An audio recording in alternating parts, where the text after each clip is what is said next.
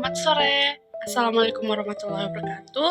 Perkenalkan, nama saya Hotnida Pakpahan dengan NIM channel 24032. Kali ini saya akan membuat video presentasi tentang hukum kepailitan yang diampu oleh Bapak Dr. Wirmeka Putra, SEMAK, dan Ibu Sela Aprilia Muryanti, SPN, MA.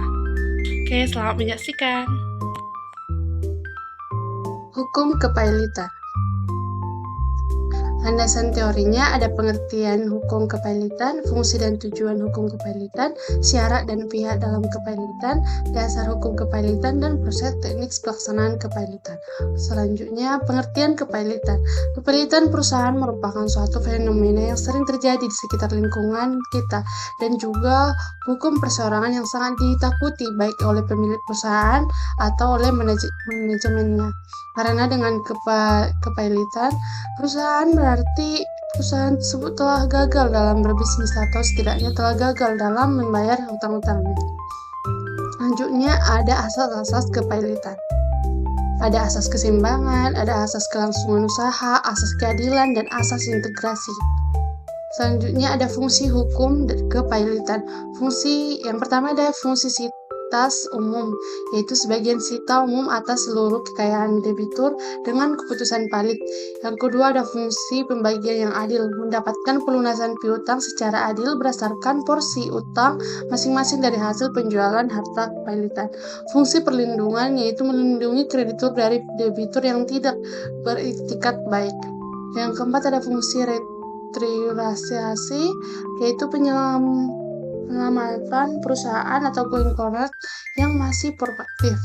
Selanjutnya ada tujuan utama dari bentuknya hukum di Indonesia kepailitan, yaitu satu, menghindari perebutan harta debitur, yang kedua mencegah kreditur untuk mendahului, yang keempat ada menjamin keadilan proporsionalitas, yang keempat ada sarana penyelesaian utang yang efektif. Selanjutnya, dasar hukum kepailitan di Indonesia. Kepailitan adalah sita umum atas semua kekayaan debitur palit yang pengurusannya dan pemberesannya dilakukan oleh kurator di bawah pengawasan hakim. Pengawasan sebagian diatur dalam undang-undang ini pada pasal 1 nomor 1 Undang-Undang nomor 37 tahun 2004.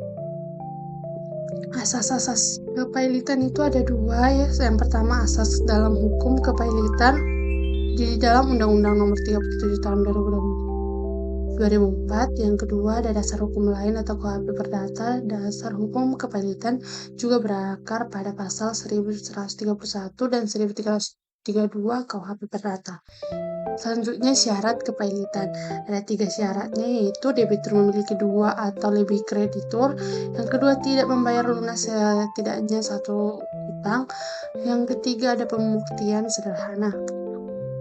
Pihak-pihak dalam kepailitan. 1. Permohonan kepailitan berdasarkan pasal 2 ayat 1 dan pasal 11 sampai 13 UKK UUK PKPU, yaitu debitur sendiri disebut dengan volunteer donation. Yang kedua kreditur salah satu atau lebih kreditur. Yang ketiga ada Bank Indonesia atau BI jika debitur adalah bank. Yang keempat ada otoritas jasa atau JK jika debitur adalah perusahaan efek atau bursa efek, lembaga keliling, perusahaan asuransi, perusahaan asuransi dana pensiun atau BUMN yang bergerak di bidang kepentingan publik. Yang kelima ada Menteri Keuangan jika debitur adalah perusahaan asuransi, realisasi dana pensiun atau BUMN yang bergerak di bidang kepentingan publik. Yang keenam ada kejaksaan berdasarkan alasan untuk kepentingan umum. Yang kedua ada pihak dalam proses pengurusan, hakim pengawas pengurusan dan pemberesan harta palit. Yang kedua ada kurator, yaitu pihak yang diangkat pengadil untuk mengurus dan membereskan harta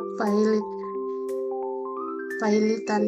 Yang ketiga ada debitor pailit, pihak yang hartanya disita, kreditur atau konkuren, separantis, preferen, atau pihak yang memiliki piutang. Selanjutnya ada ringkasan alur proses kepailitan.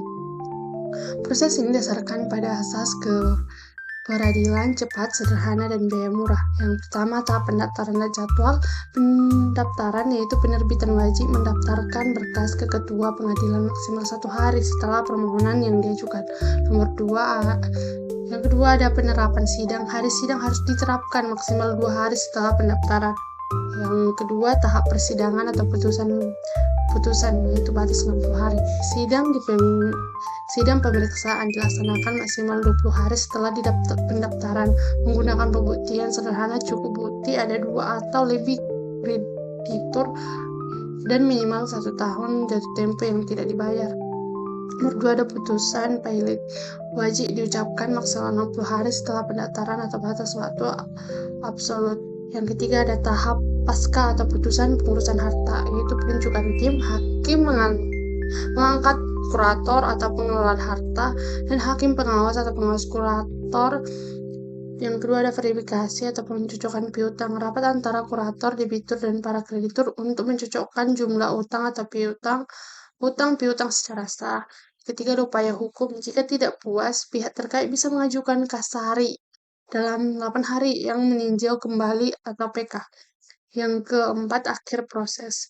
Kepalitan berakhir jika terjadi 1 akur atau perdamaian, kesepakatan antara debitur dan kreditur. Yang kedua ada insolvensi atau harta distributor habis dibagikan atau likuiditas.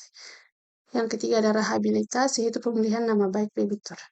Oke, sekian dari presentasi saya. Saya membuat kesimpulan, kepilitan merupakan fenomena hukum yang menjadi indikator kegagalan perusahaan dalam memenuhi kewajiban utangnya yang diatur secara spesifik dalam Undang-Undang Nomor 37 Tahun 2004 tentang Kepilitan dan PKPU.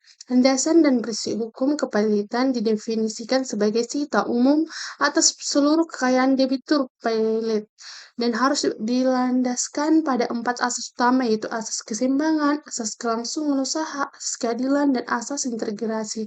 Asas-asas tersebut bertujuan untuk memastikan proses hukum berjalan adil bagi debitur maupun kreditur. Oke, sekian dari presentasi saya. Sekian dan terima kasih.